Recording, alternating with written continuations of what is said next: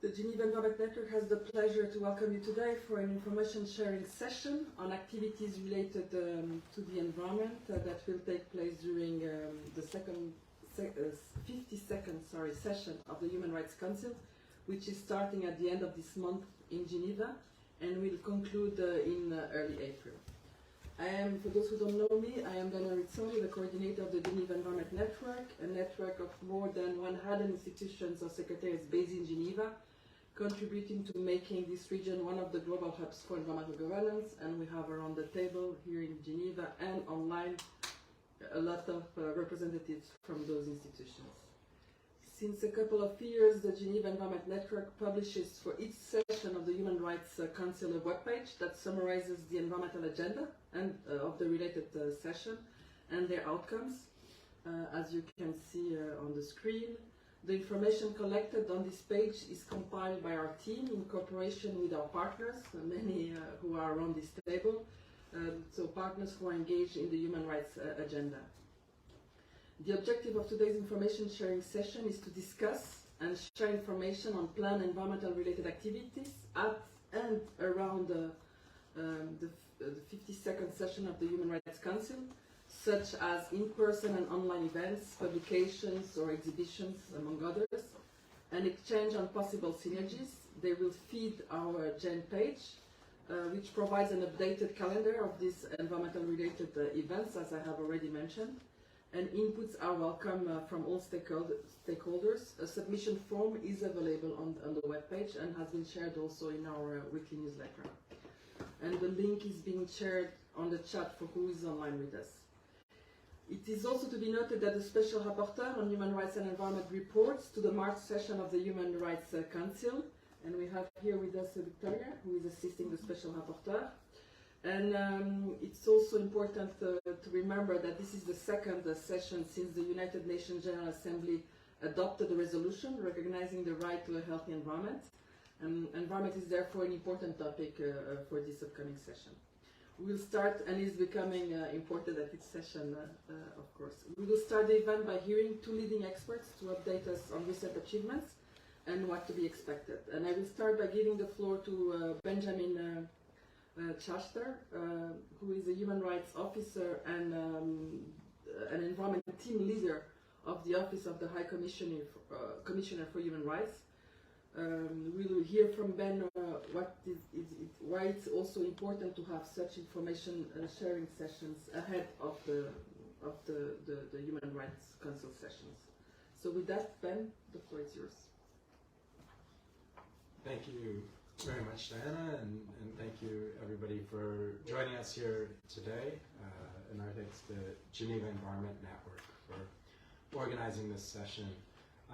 It's the second session like it I've been privileged to contribute to, and these sessions I think are very useful because the Council is increasingly addressing environmental issues in all different kinds of contexts and ways. And you know, the human right to a clean, healthy environment, which has now been recognized by both the Council and the General Assembly, is an important sort of overarching framework under which this work occurs.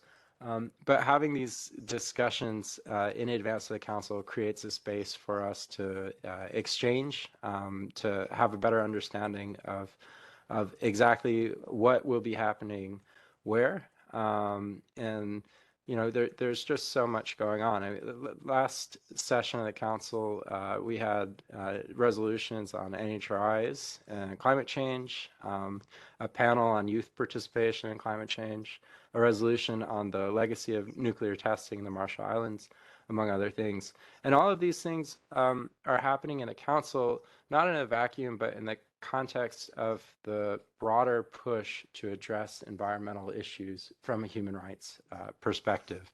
So I do want to highlight as well, and was asked to, a little bit about what's happened since the last session of the Council in the environmental space, and how that's been informed by both the work of the Council and the General Assembly Resolution 76/300.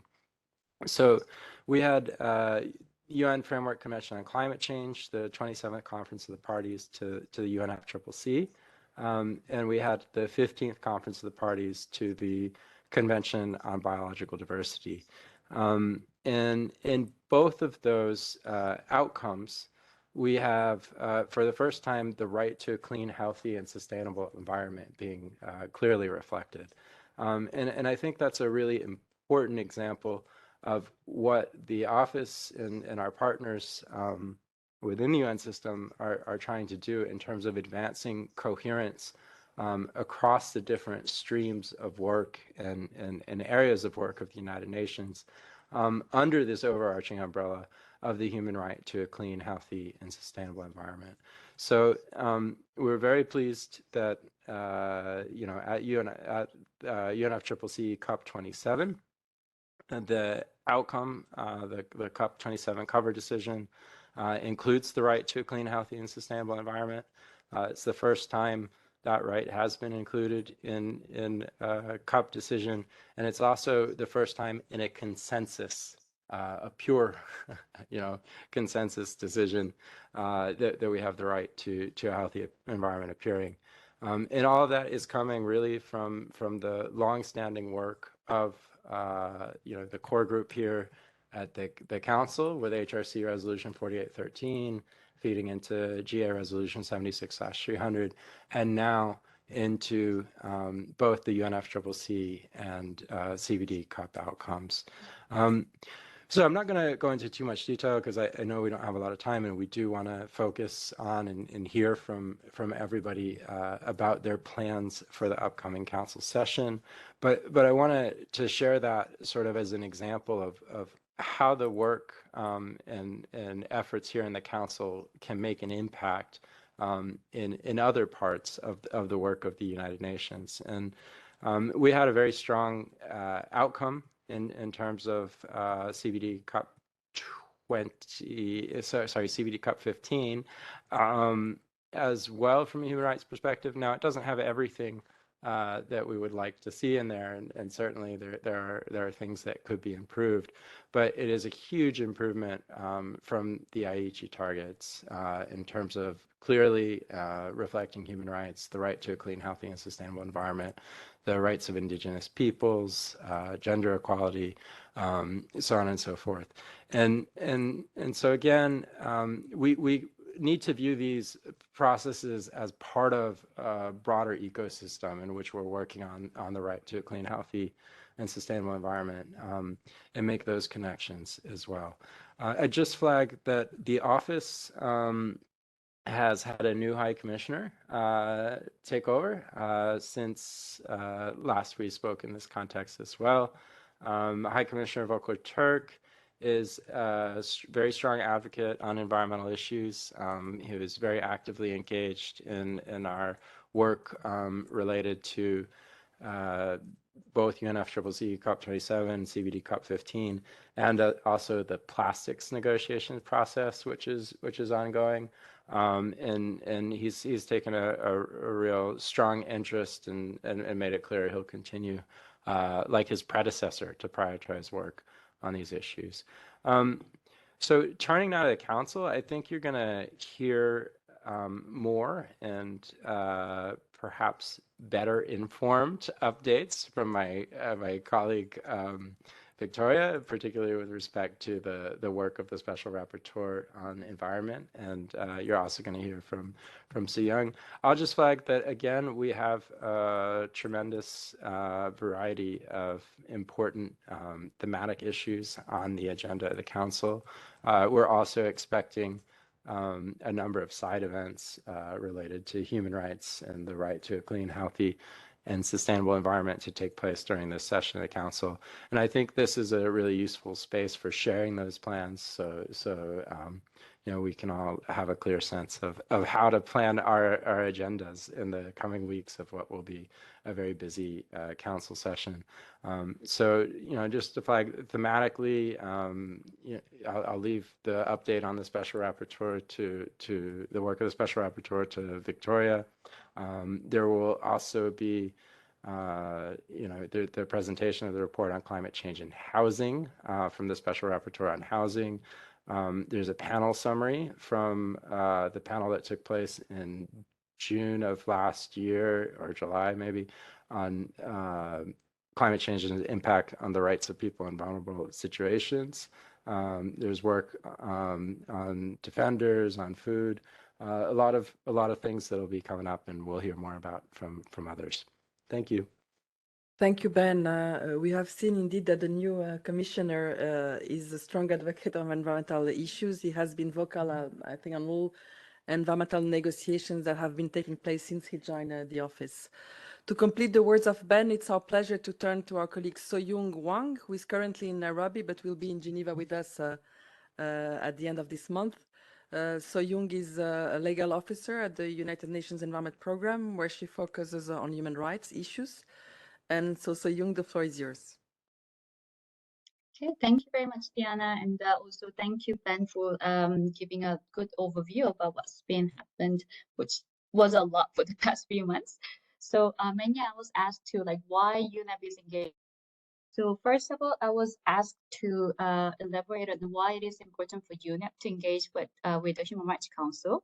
And there are many reasons, first of all, all the council members and everybody will agree that UN Human Rights Council is the major body and the main policy and decision-making body for human rights. So whoever wants to work on human rights, it makes sense that actually we work with the Human Rights Council. But as Ben also mentioned, that Human Rights Council has been giving a lot more attention on environmental issues, a variety of environmental issues, from climate change to child rights and climate change, and toxic waste and other biodiversity issues and so on. So it's more makes sense for UNEP to engage more with the Human Rights Council as you're addressing more issues. And another reason is for coordination. So it's a great so there are many UN intergovernmental bodies that work on human rights and the environment, but the coordination is a key in the breaking the silos between the Human Rights Council in Geneva, and also bringing that agenda to the UNGA and also UN Environment Assembly, which is coming up early next year. So those coordination issues is another reason why we really want to and are engaging with the Human Rights Council. And lastly, and most importantly, is the impact, the implementation. So for the implementation of the right to healthy environment and also having an impact at the global level, but not also at the local level, it is really important that we engage with the Human Rights Council and support your efforts in this regard. And so what UNEP is doing in terms of the engaging with the Human Rights Council is first is we work with member states for UN agencies, especially including OHCHR, and also CSOs, and have the information sessions like this. And other issues, what we are trying to do often in partnership with OHCHR and other entities such as UNDP, is to release guidances on the right to the environment or the issues relating to human rights and the environment. And one of the recent report that we produced is an information note on the right to healthy environment. It was co-published by OHCHR, UNDP, and UNEP, which is we aim to provide information on what the right is about and what was the history behind it and how far we have come on this in terms of advancing the right to healthy environment. So I'll share that link with everyone later on. But this is one of the examples that we want to raise awareness more about it. And also we want to advance this agenda for the implementation.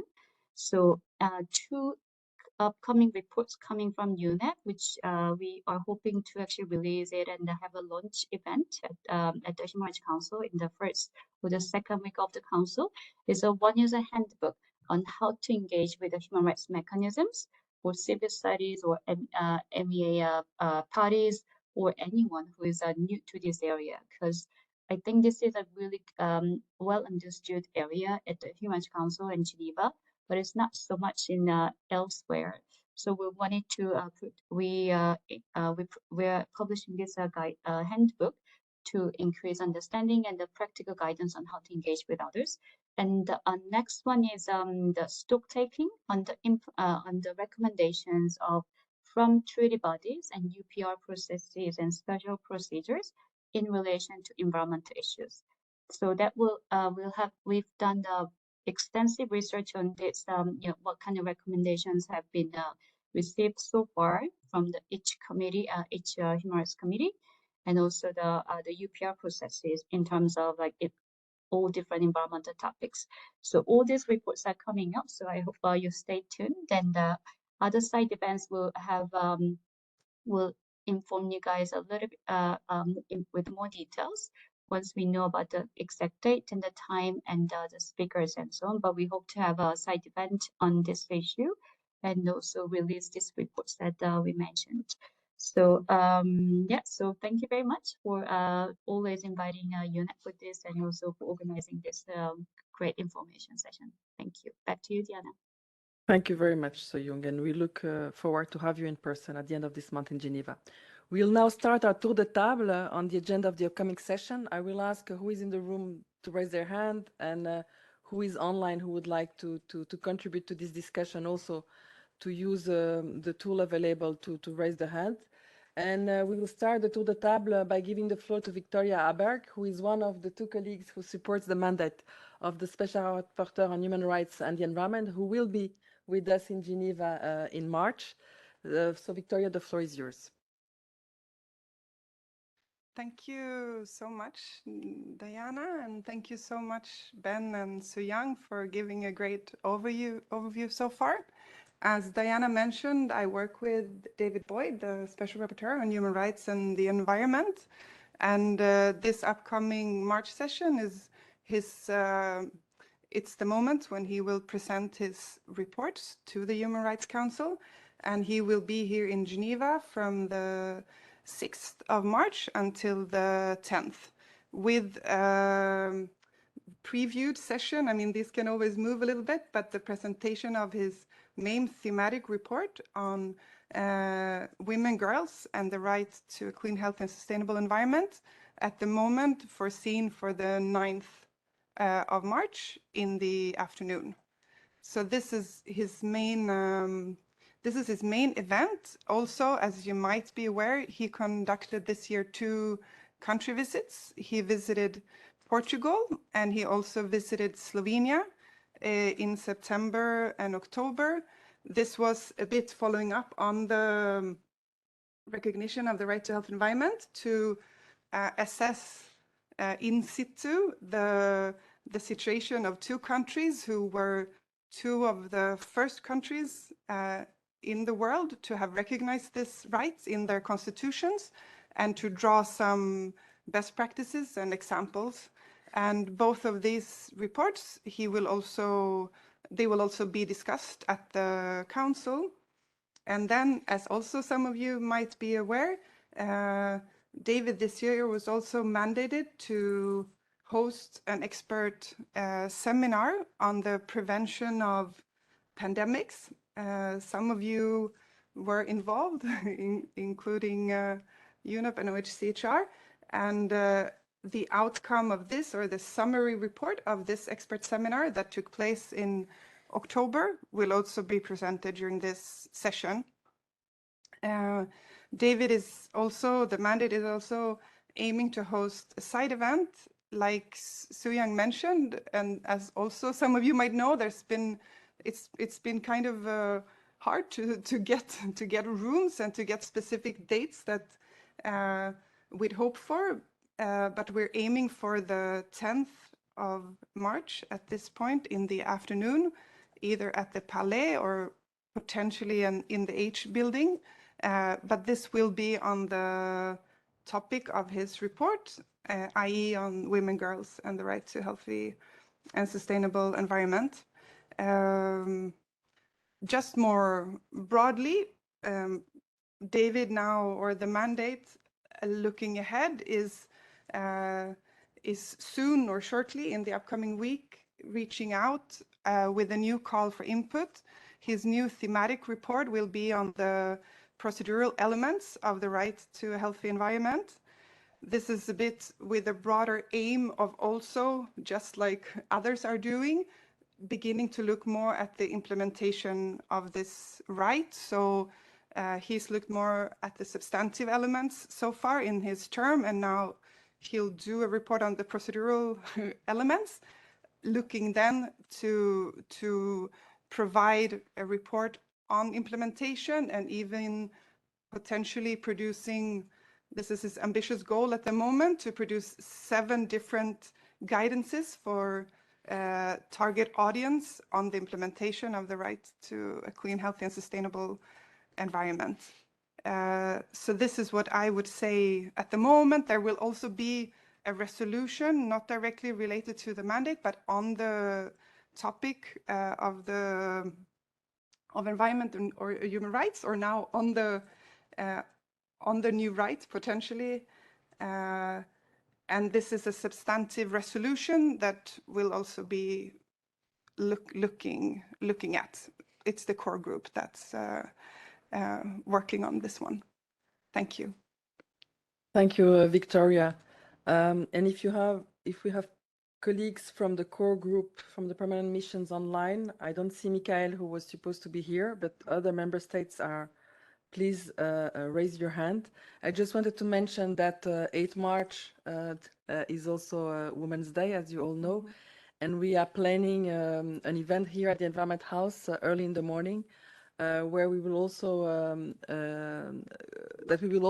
are also planning to co-organize with the Special Rapporteur on Human Rights and Environment, where he will also have the opportunity to present his report and some of the findings, and we are organizing that with the environmental community in Geneva and some of the colleagues who have joined us online for this session. Looking at the table to see if somebody would like to share information on events they are preparing at this session. I don't see any hands raised online, so I'm looking at the hands raised here. Francesca raised her hand. So Francesca, I will move you to the panel so that you can unmute yourself, open the camera, and speak to the room and to who is online with us. Thank you very much and good morning. Can you hear me well? Yes. Thank you. Thank you for organizing this information sharing event. It's always very helpful to hear what the plans are. I'm Francesca with the Center for International Environmental Law. We are planning, and again, there are, as has been mentioned already, there are many uncertainties around the feasibility of side events, given the lack of available space, but we would like to organize a side event, perhaps on the 21st of March, to take stock from a human rights perspective of the synthesis report that the Intergovernmental Panel on Climate Change will have adopted just a few days before. The IPCC will be in session between the 13th to the 17th of March in Interlaken and will adopt their synthesis reports, summarizing their special reports and reports on mitigation, climate science and adaptation. And of course, there are many elements that are relevant to human rights. We are still assessing whether this event will be feasible, but it's still worth announcing this plan. And we are organizing it together with Earth Justice, who's partnering with us.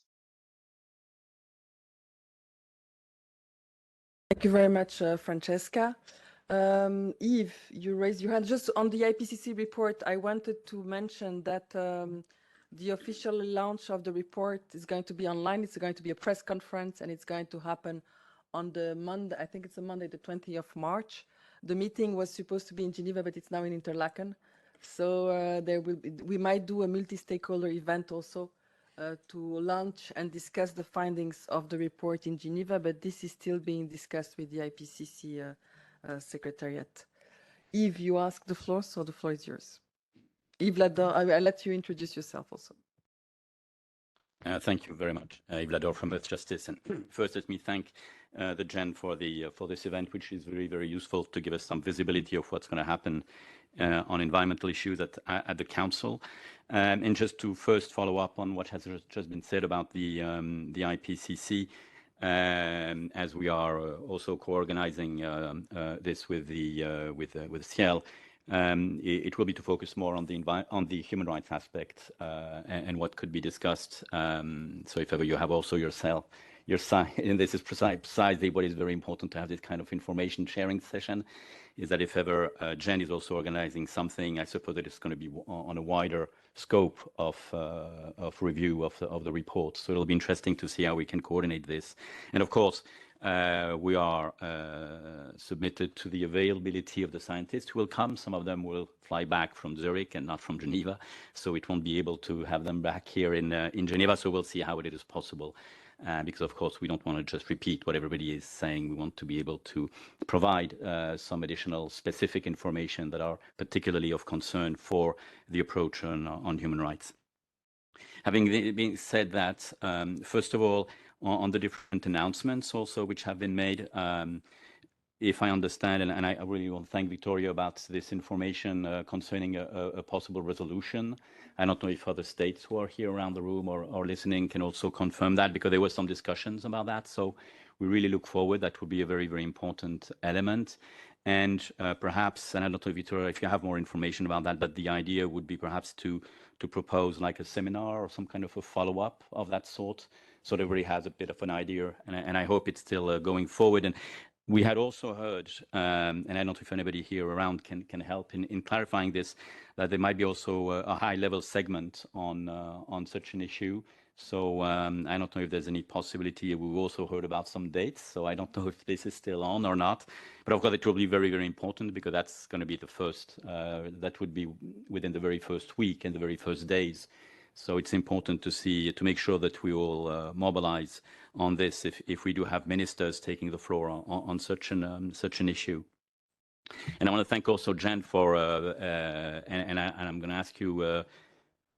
I'm going to ask you also, Diana, a confirmation, because you're talking about this event on the 8th of March, if I'm correct, on the Women's Day, which would mean then that we're going to have an important week on women, girls, and the environment, because then we would have one event here in the Environment House and another event at the Palais des Nations with the Human Rights Council.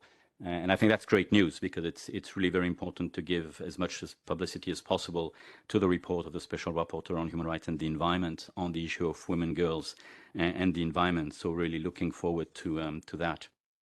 On our side, we are also, this is also going to be at this session the anniversary of the Human Rights Council Declaration on Human Rights Defenders. The Special Rapporteur on Human Rights Defenders is preparing a report with a number of successes and milestones that have been achieved since the declaration. And of course, one of the issues that has emerged over the last years is the question and the need, unfortunately, the increased need of protection for environmental defenders. So we hope to bring this discussion also within the framework of the global anniversary. And so for this, we're expecting to prepare what could be first called a related event. That's not going to happen in the Palais des Nations, but with a review of regional trends with people coming from the ground. That's going to be an online meeting, and then a side event, which we also hopefully hope to have on the 16th. But again, this is will depend on how we and when we can get the rooms, which is a battle for everybody, for states, for the office, and for us also as NGOs. So if that is possible, then we would have an event on the 13th, and that would be the related events on regional trends, and the 16th in the Palais des Nations with the Special Rapporteur. If this is possible, again, linked to the availabilities. And the objective is to go further with what had been launched 2 years ago in 2020, which is the Geneva Roadmap 4011. On the implementation, we're trying to develop some kind of follow-up mechanisms to implement the Human Rights Council Resolution 4011 on environmental defenders. We need to develop more strength and more methodologies for their protection. And so we hope that this will be a new step of the Geneva Roadmap that had been developed two years ago. And finally, This is still in preparation, and that will be also a related event and not a side event. What I mean by related, it's going to be linked to the council, but as we're allowed only one event as NGOs, we can't do, so the others will have to do them outside of the Palais. But if I'm correct, and Victoria, please correct me if I'm saying anything wrong, but the special rapporteur is preparing a briefing note on the impact of trade investments. I mean, to be more precise, it's on the state investors settlement mechanism, right?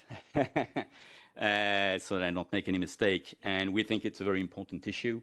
A number of other organizations are working on this here in Geneva, so it would be interesting to have such a discussion with the special rapporteur and the other concerned bodies who are in Geneva on such a report, because they have an impact on these settlements mechanisms, have a very strong impact on environmental policy making, and of course on the implementation of the right to a healthy and sustainable environment.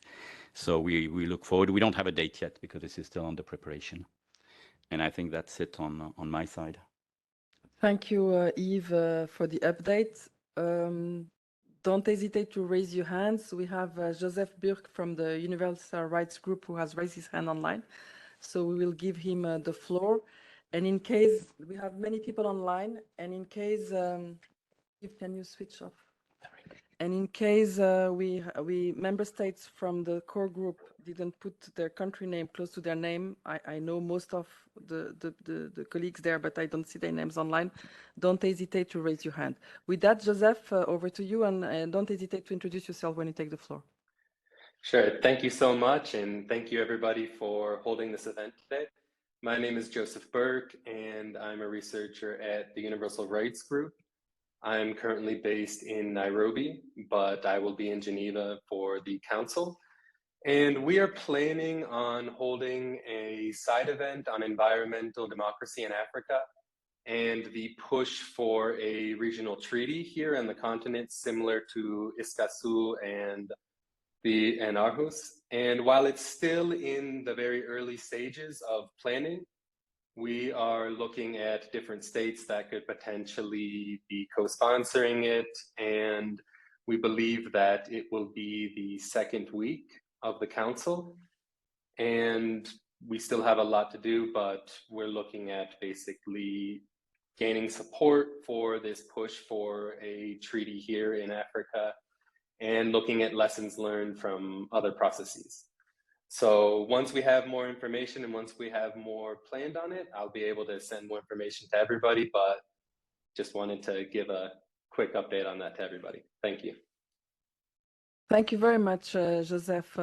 Last time we heard such a session, it was very close to the human rights, the beginning of the human rights session of the council, and we thought it was too late, but we can see here that colleagues are still struggling in getting their time frames and room available for their events.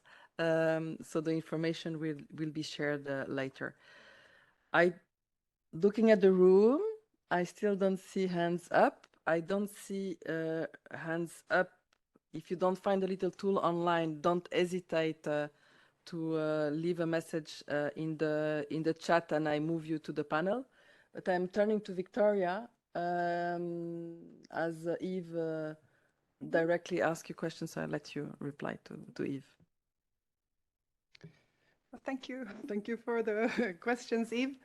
No, just on the briefing note, I can let you know that it's called, like the title will be something like this, Investor-State Dispute Settlement, Human Rights and the Environment. And the hope, there is a draft already like existing on this, and we hope that it should become public either now in February or March. So yeah, he'd be very happy to collaborate on this with anyone else interested. For the resolution, I mean, yeah, I think it'd be for the core group to maybe speak about that. I just know that it looks very likely that it's in the making and that there's a draft and it's of substantive character. So I leave it to them on a different occasion, if they're not online, to speak more about their intentions. I'm also turning to Ben. Any comment you would like to make on the high-level events that might be planned? Yeah. Or Victoria, you have? I think I'll probably have a similar sort of non-answer. I am aware of a couple of high-level events that are being planned potentially for the 27th of February, but they are not fully confirmed, and OHCHR is not the organizer. We are a potential high-level participant should those move forward, but I won't say anything about that. I would leave it to the organizing states to share details when they've fully confirmed their plans. But I do expect that we will have a couple of high-level events with some of the ministers coming in for the high-level segment related to human rights and the environment. Indeed, and I think we can say that the core group is behind that high-level event, which is on the first day of the council. And this is why we were looking for Michael, who was supposed to be here, but is not here. Looking at the room again and looking at who is online, anybody who would like to take the floor? Any events you are engaging in or planning to have? No. Looking online, I don't see.